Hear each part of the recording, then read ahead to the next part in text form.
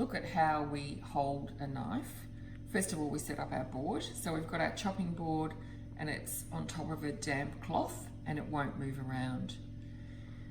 Looking at the cook's knife, we've got the tip of the knife, the blade and the handle. And to pick it up, it's just in a relaxed manner. My thumb is to the left, my next finger is over to the right, and we don't want to have our grip so that our fingers are too far up, but it's just in a nice relaxed manner. And we also don't want to do that because it's not a stable way to hold the knife. And then we look at how we move the knife on the board, and it's just in a relaxed rocking manner. The tip of the knife down first, and notice the knife is not moving from the board. We're introducing the bear claw. So remember we looked at moving the knife backwards and forwards. We want to have our hand holding the food and we want to have our fingers so we can't see them. So if we see them, we can cut them. But if we do our bear claw, where we have our knuckles as the guide for the knife, we won't be able to cut our finger. And we just gently move our hand back and keep on cutting. To use a paring knife on this fresh ginger, I'm going to pick up the knife with a similar grip to our cook's knife, and we're going to bridge this with our hands. So again, the knife goes in between and the tip is down, cutting through. And to peel it, I'm just going to work the knife around again with our bear claw, just nice and gently moving the ginger around so I get all that skin off.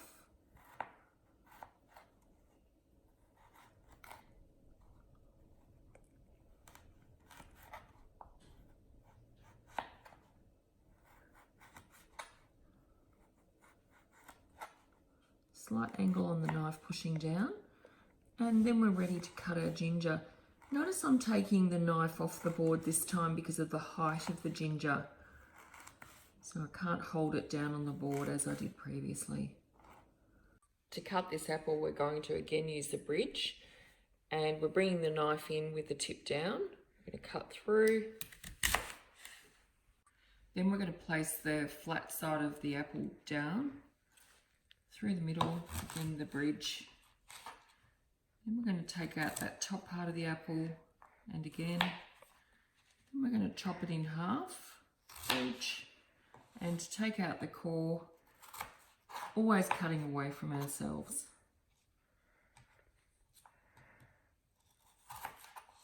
To chop this lettuce, our cook's knife, our bear claw, and that rocking motion.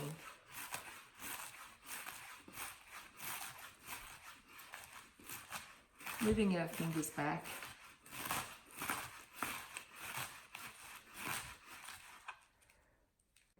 To julienne this zucchini, we take off the end, get a nice small chunk, and we're just going to go through with even slices.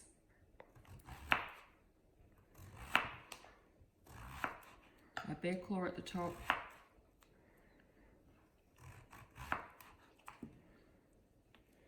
And then we go back to our slicing.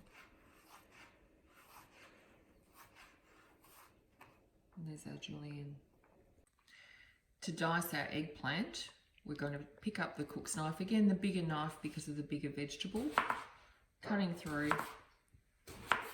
Nice even slices.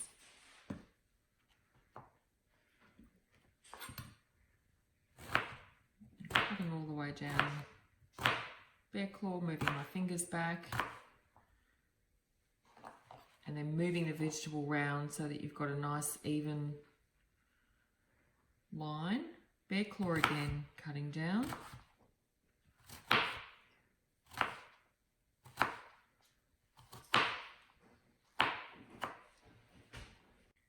An easy, safe way to dice an onion is to take the top off. And we're going to cut it in half using our bridge. Peel the onion just with your fingertips. You're taking off the outer brown skin.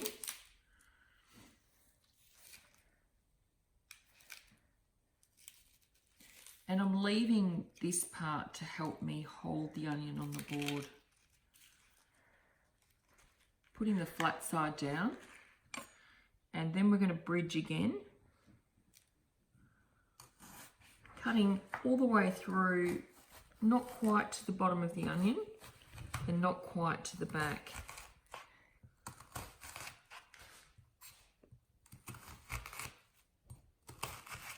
And then we just take the knife to the front and we dice away with our bear claw, moving our fingers back, keeping nice and safe.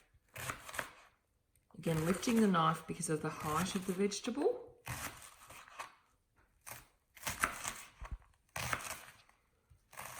And then when we get to this point, we can flip the vegetable and take those tiny bits out into our dice. And flip again. And we have our diced onion. Chop our cucumber, our cook's knife, our bear claw, and through we go, nice and evenly, slowly, moving our fingers back. Not moving the vegetable, just our fingers.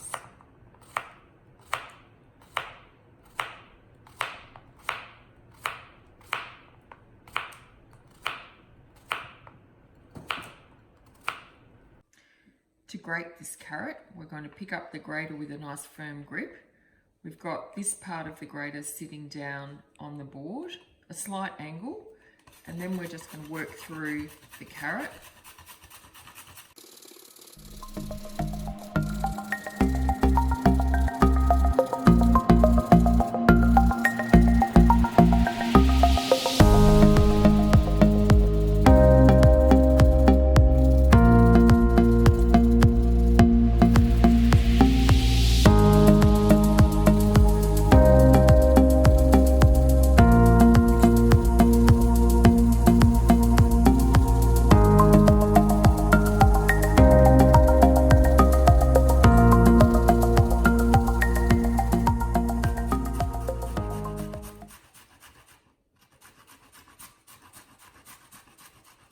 And then when we get to the end of the carrot, we just give that to the chickens.